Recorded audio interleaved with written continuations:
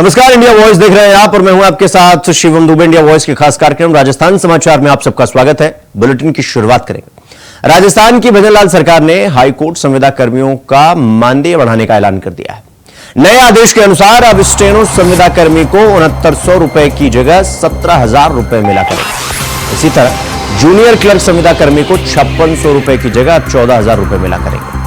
Book lifter संविदा कर्मी को 4400 की जगह 11,000 रुपए मानदेय मिला करेगा। नए नियम 1 अक्टूबर 2024 से लागू माने जाएंगे। राज्य सरकार ने यह फैसला राजस्थान हाईकोर्ट की जयपुर बेंच बिल्डिंग में संविदा कर्मी मनोज सैनी का सुसाइड केस सामने आने के बाद 12 घंटे बाद यह फैसला लिया।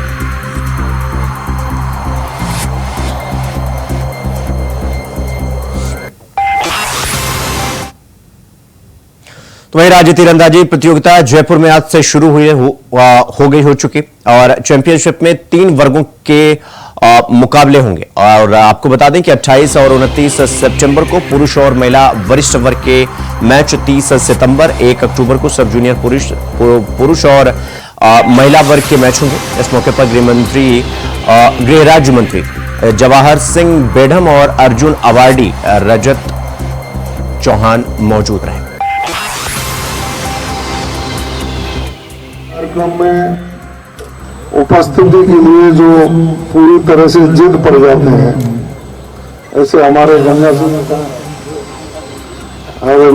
सिंह जी, इनका बहुत बड़ा प्यार रहता है और इनकी वजह से जो आपकी पूरी टीम है मेरा ख्याल रखती है और आप जैसे अपने खेल में योद्धा हैं उनके दर्शन कराने का आप अवसर प्रदान मुझे करते हैं। आप सबका हृदय की गहराइयों से आभार व्यक्त करते हुए मैं इस राजस्थान स्टेट आर्चरी चैंपियनशिप 2024 में जितने भी प्रतिभागी भाग ले रहे हैं। तो वही राजस्थान के मुख्यमंत्री भजनलाल शर्मा ने पूर्ववर्ती कांग्रेस सरकार के समय बनाई गई गांधी वाटिका को 2 अक्टूबर से शुरू करने का ऐलान किया है। ऐसे में शिक्षा मंत्री मदन दिलावर अधिकारियों के साथ सेंट्रल पार्क स्थित गांधी दर्शन म्यूजियम का जायजा लेने पहुंचे। कुछ समय पर जब वो बाहर आए तो उन्होंने कांग्रेस पर गांधी का नाम लेकर षड्यंत्र रचने के लिए गंभीर आरोप लगा दिए। दिलावर ने कहा कि कांग्रेस ने इस गांधी वाटिका के माध्यम से केवल भ्रष्टाचार किया। गांधी जी के जो सिद्धांत इस वाटिका में होने चाहिए वो नहीं, कांग्रेस सिर्फ गांधी जी के नाम का दुरुपयोग कर रही है।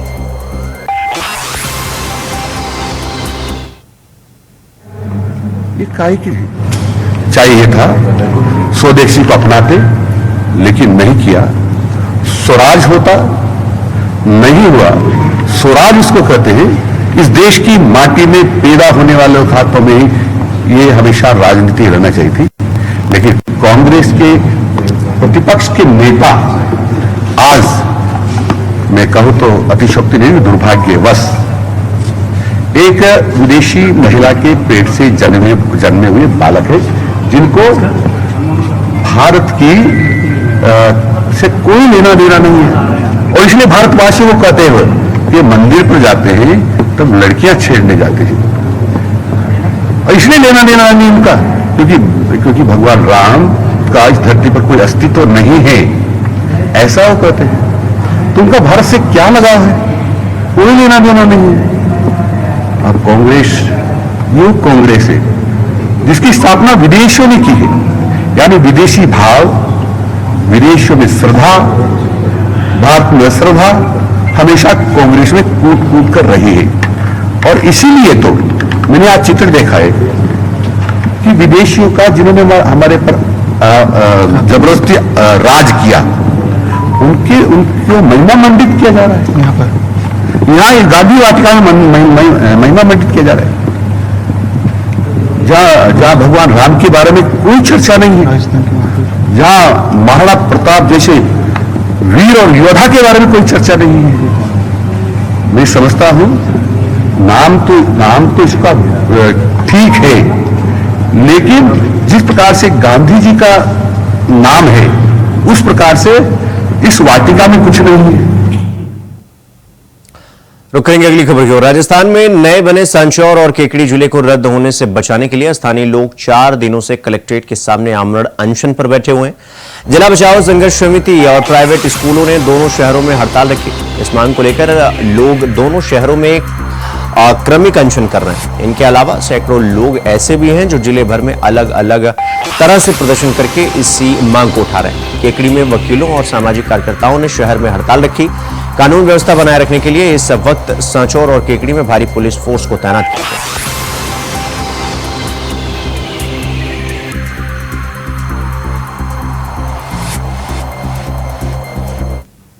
तो वहीं टोंक जिले में छोटू गुर्जर की संदिग्ध मौत के बाद बरौनी थाना अधिकारी को फिर वापस लाने की अफवाह के बाद गुर्जर समाज के लोगों ने नाराजगी जताई है। डाक बंगले में बड़ी संख्या में इकट्ठा हुए समाज के लोग जमकर प्रदर्शन कर एसपी कार्यालय पहुंचकर और एसपी विकास सांगवान से मुलाकात भी की। एसपी ने गुर्जर समाज के लोगों को आश्वस्त करते हुए जांच अधिकारी मामले की जांच कर रहे हैं और गुर्जर समाज के लोगों ने मामले में जांच तेज करने और आरोपियों के खिलाफ सख्त कार्रवाई करने की मांग की है। समाज के लोगों का यह कहना है कि अगर सही नहीं हुआ तो आगामी दिनों में और भी आंदोलन तेज किया जाएगा।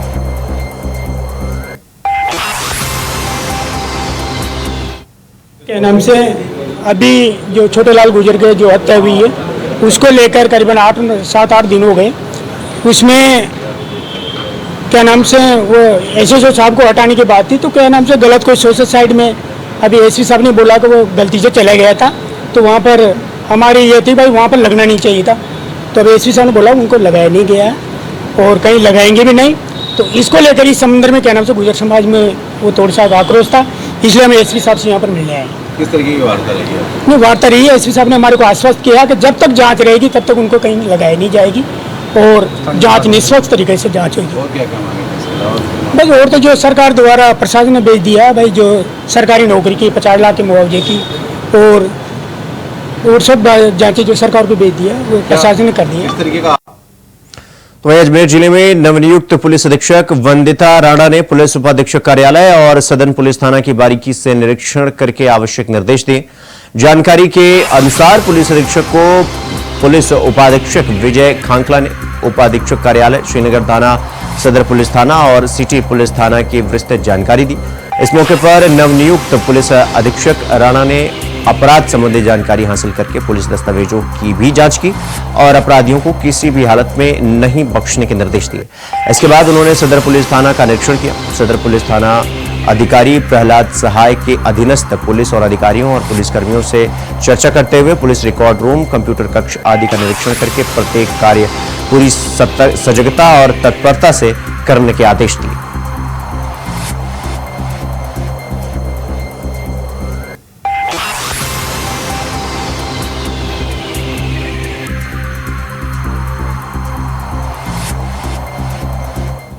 नसीराबाद सीओ ऑफिस, इसके अलावा नसीराबाद सर्किल के तीनों थाना श्रीनगर, नसीराबाद सर्किल और नसीराबाद सिटी, इन तीनों का ही रिव्यू किया जा रहा है। अपनी पूरी टीम के साथ बैठ के जो लोकल समस्याएं हैं उनके बारे में जानकारी प्राप्त करके और उनके समाधान के लिए क्या कार्य योजना तैयार की जा सकती है उसके बारे में डिस्कशन किया। पूरे थाने के जो स्टाफ है जो अलग अलग काम कर रहे हैं, जो हमारे पुलिस पर्सनल है उनके साथ इंटरेक्ट करके जो कार्य स्थिति है उसके बारे में जायजा लिया है। रुक करेंगे अगली खबर की ओर। राजस्थान के सभी जिलों में अब की बार मानसून खूब मेहरबान हुआ है। अलवर के किसानों को इसकी भारी कीमत चुकानी पड़ी है क्योंकि अलवर जिले के किसानों को प्याज की खेती लगाने में काफी परेशानी हो रही है।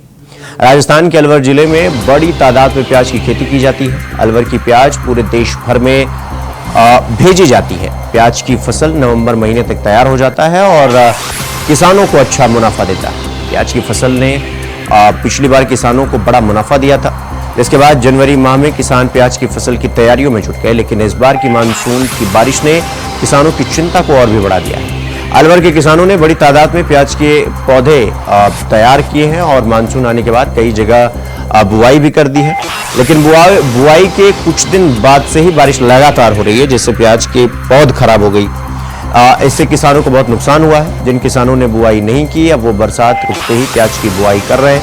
अलवर की प्याज 2 माह में पूरी तरह तैयार हो जाती है। किसान दीपावली के आसपास प्याज को मंडी में बेचने के लिए ले जाते हैं और इस बार प्याज की बुआई महज 30% ही हो पाई। अधिकांश किसानों ने अपनी प्याज की पौध को मंडी में लाकर बेच दिया है, जिससे बुआई के बाद होने वाले नुकसान से बचा जा सके।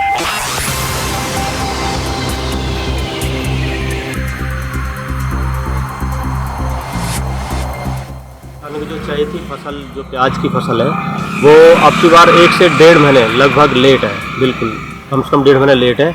और प्याज में जो बुआई का जो रकबा है वह भी बहुत ही कम लग पाया है। और प्याज में जो जैसे ही मौसम अभी कुछ बारिश हटी है तो एकदम से जो मौसम खुला है, धूप निकली है, तो प्याज में रोग का प्रकोप भी बढ़ रहा है। उसमें जैसे कि प्याज में नीचे गलन भी लगी हुई है, ऊपर भी भिंडार कीट आदि लगे हुए हैं, तो किसानों के चेहरे भी मायूस हैं। नुकसान प्याज में नीचे गलन का मैन दिखाई दे रहा है। तो पता नहीं प्याज लगभग कितनी किसानों को मिल पाएगी उनकी मेहनत के अनुरूप, और आगे जो प्याज का जो हम भाव देख के चलें तो भाव क्या रहेगा ये भी अभी कोई निश्चित पता नहीं है। किसान तो मतलब इतना पैसा व्यर्थ कर चुके हैं। प्याज में लगातार बारिश ही बारिश रही है तो उसमें बीच बीच में जुताई करते गए, 2 दिन मौसम खुला फिर जुताई कर दी, तो डीजल में मजदूरी में बहुत ज़्यादा खर्च कर दिया। तो वहीं भाजपा के राष्ट्रीय संगठन महामंत्री बीएल संतोष ने सवाई माधोपुर का दौरा किया। बीएल संतोष ने सदस्यता अभियान को लेकर अहम बैठक की। इस मौके पर किरोड़ी लाल मीणा और सांसद मनोज तिवारी मौजूद रहे। बीजेपी के राष्ट्रीय संगठन महामंत्री बीएल संतोष ने राज्य में सदस्यता वृद्धि की धीमी गति पर नाराजगी व्यक्त की। उन्होंने कहा कि सदस्यता अभियान को गंभीरता से लिया जाना चाहिए क्योंकि ये कार्यबल विकास में पहला कदम है। मैं यहाँ प्रत्येक व्यक्ति का रिकॉर्ड देखने आया हूं।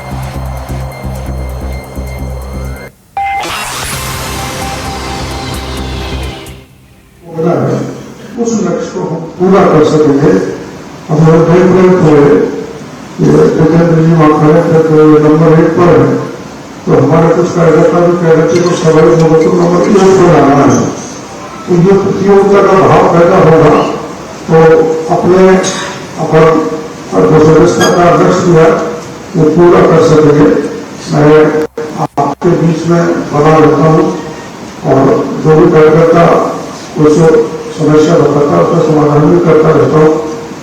यहाँ ये बात सही है कि बात अतिवृष्टि के कारण नुकसान बहुत हुआ है, फसल भी चौपट हो गई और सार्वजनिक संपत्ति के अलावा जन धन की हानि भी बहुत हुई है। इसलिए इस मौके पर मैं पहले भी एक बार कह चुका हूँ, अखबार में बयान दे दिया था कि जो नुकसान जहाँ जिस प्रकार का हुआ है उसके प्रस्ताव कलेक्टर साहब के जरिए भेजेंगे, उनको हम समीक्षा करेंगे और पूरी भरपाई करेंगे जो नुकसान हुआ है। वहीं भाजपा के प्रदेश अध्यक्ष मदन राठौर और बीजेपी प्रभारी राधा मोहन दास अग्रवाल अलवर पहुंचे और उन्होंने समन्वय में एक महत्वपूर्ण बैठक ली। इस दौरान उन्होंने रामगढ़ उपचुनाव के लिए रणनीति तैयार की। उन्होंने यह स्पष्ट किया कि भाजपा सहानुभूति के बल पर नहीं बल्कि विकास के आधार पर वोट मांगेगी। उन्होंने ये भी कहा कि डबल इंजन की सरकार होने के कारण विदेश में भी भारत का नाम मान सम्मान जो है वो बड़े ही इज्जत के साथ लिया जाता है।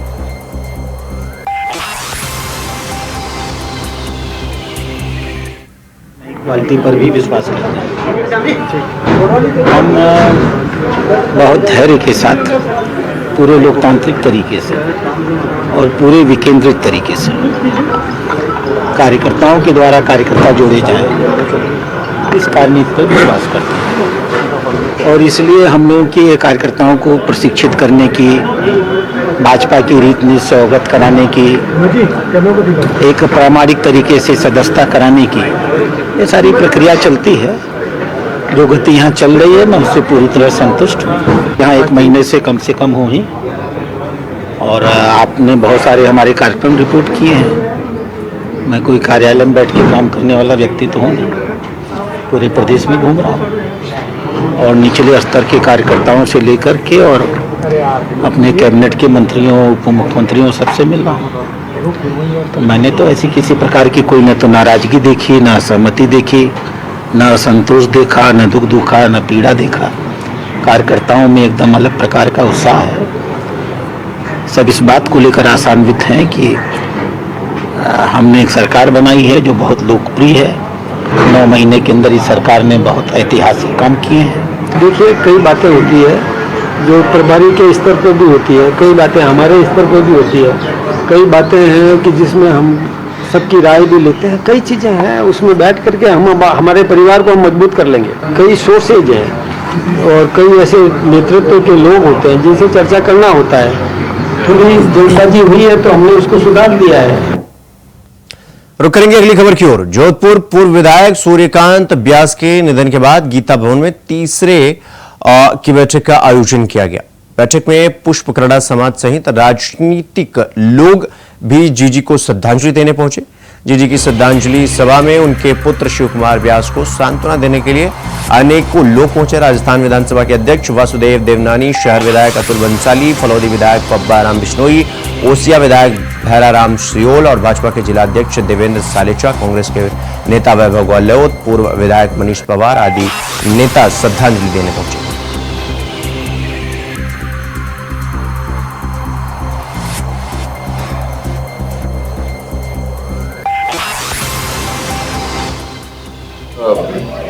खबर थी हम सबके लिए 2 दिन पहले जब मालूम पड़ा कि हमारी आदरणीय जीजी, जिनको पूरा जोधपुर जीजी के नाम से जानता था, उनका आशीर्वाद, उनका प्यार सभी जोधपुर वासियों को, हम सबको लगातार मिलता रहा और उनका जो लंबा राजनीतिक जीवन रहा, वो 6-7 बार उन्होंने विधानसभा में जोधपुर शहर और सूरसागर से प्रतिनिधित्व किया और जोधपुर के विकास के लिए और जोधपुर की जनता के लिए हमेशा वो आवाज़ बन के राजस्थान की विधानसभा में उन्होंने हमेशा आवाज़ उठाई और पूर्व मुख्यमंत्री जी के ऊपर और मेरे ऊपर तो हमेशा उनका आशीर्वाद हमेशा बना रहा और जो प्यार और जो स्नेह उन्होंने हमेशा हमारे परिवार को दिया है।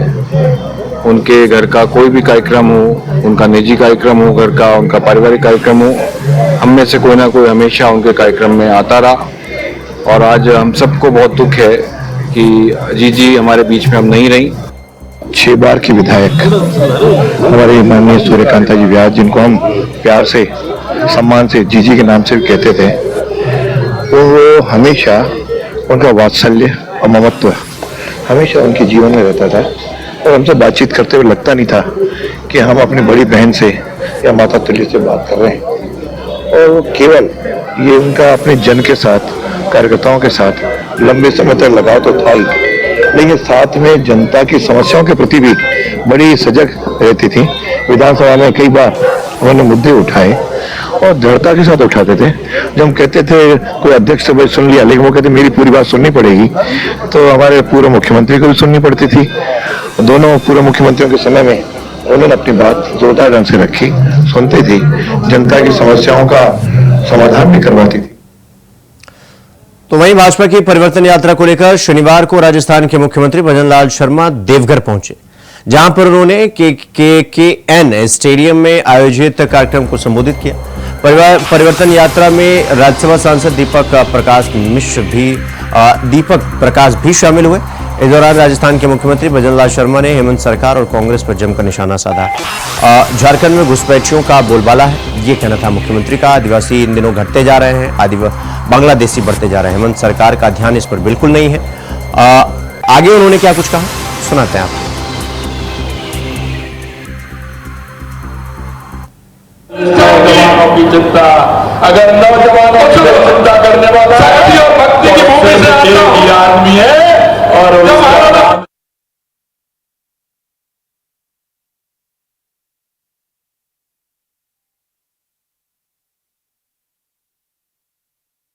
पहुंचे, जहां पर उन्होंने बीजेपी की परिवर्तन यात्रा में मुख्यमंत्री शामिल हुए और हेमंत सरकार पर जमकर निशाना साधा। उन्होंने जहां पर मुख्यमंत्री भजनलाल शर्मा ने कहा कि हेमंत सरकार आदिवासियों को यहां से हटा रही है, बांग्लादेशियों को राज्य में अवैध तरीके से बसा रही है। और मुख्यमंत्री भजनलाल शर्मा बीजेपी की परिवर्तन यात्रा में शामिल हुए और इस परिवर्तन यात्रा के दौरान हेमंत सरकार को जमकर निशाना साधा।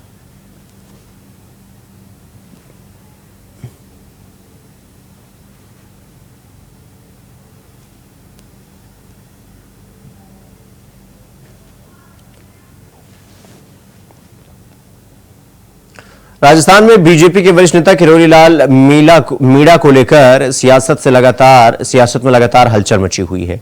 किरोड़ी लाल मीणा ने अपने मंत्री पद से इस्तीफा देने से चर्चाओं का बाजार गर्म है। इस बीच बीजेपी के प्रदेश अध्यक्ष मदन राठौड़ का बयान सामने आया है, जिसमें उन्होंने कहा दावा किया है कि किरोड़ी लाल मीणा अभी भी सरकार के साथ जुड़े हुए हैं और एक मंत्री की तरह काम कर रहे हैं। रोज उनके विभागों की कई फाइलें निकल रही हैं। राठौड़ के इस बयान के बाद सियासी गलियारों में फिर से हलचल तेज हो गई है। राजस्थान की सियासत में किरोड़ी लाल मीणा के इस्तीफा देने के बाद से जमकर राजनीति गरमाई हुई है। इसको लेकर कांग्रेस भजन लाल सरकार को लगातार घेर रही है। इधर मदन राठौड़ ने कांग्रेस पर पलटवार करते हुए कहा कि किरोड़ी लाल मीणा हमारे साथ हैं और वो सरकार का काम कर रहे हैं, इसलिए विभाग खाली नहीं है। किरोड़ी लाल मीणा हर रोज काम कर रहे हैं।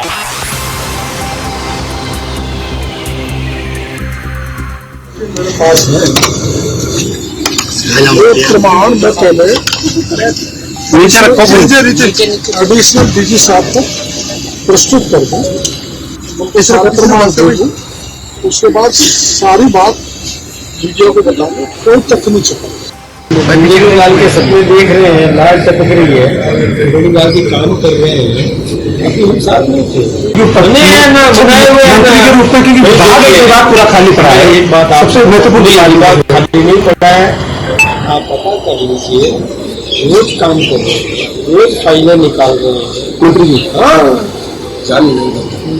रोज फाइलें निकाल रहे हैं। अब मैं कहाँ काम कर रहा हूँ, मैं वहाँ बैठ के काम कर रहा हूँ, यहाँ बैठ के काम कर रहा हूँ, पार्टी का काम कर रहा हूँ, वो भी सरकार का काम कर रहे हैं। आप पता कर लो, रोज फाइलें निकल रही है। किरोड़ी लाल जी से पूछ लो ना कि फाइलें निकाल रहे नहीं निकाल रहे, मेरे से क्यों सवाल कर? नहीं, आप प्रदेश के मैं कह रहा हूँ आपको कि काम कर।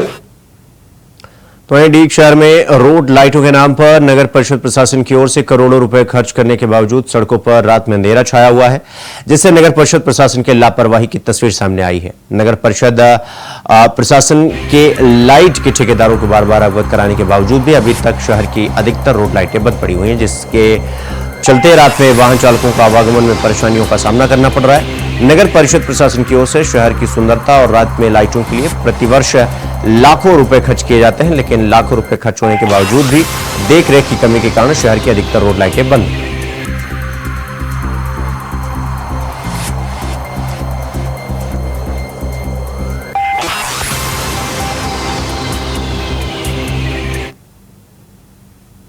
तो वहीं बपावर कृषि गौण मंडी में लंबे समय से जींस की खरीद बंद होने से नाराज किसानों ने आज मुख्य गेट के सामने नारेबाजी कर विरोध प्रदर्शन किया। किसानों का कहना है कि कोटा भामाशाह कृषि मंडी सचिव की ओर से 3 फर्मों की मंडी में जींस की खरीद के लिए लाइसेंस जारी कर रखा है। तीनों गल्ला व्यापारियों में से कोई भी व्यापारी मंडी में जींस की खरीद नहीं कर रहा है, बल्कि निजी आवास पर किसानों से जींस खरीदी जा रही है, जो नियमानुसार साफ तौर पर गलत है।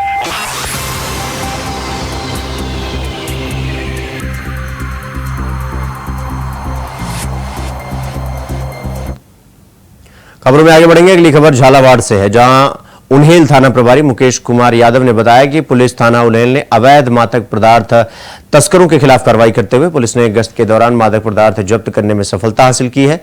पदार्थ जब्त को झाड़ियों में छुपाने वाले अभियुक्त की तलाश जारी है।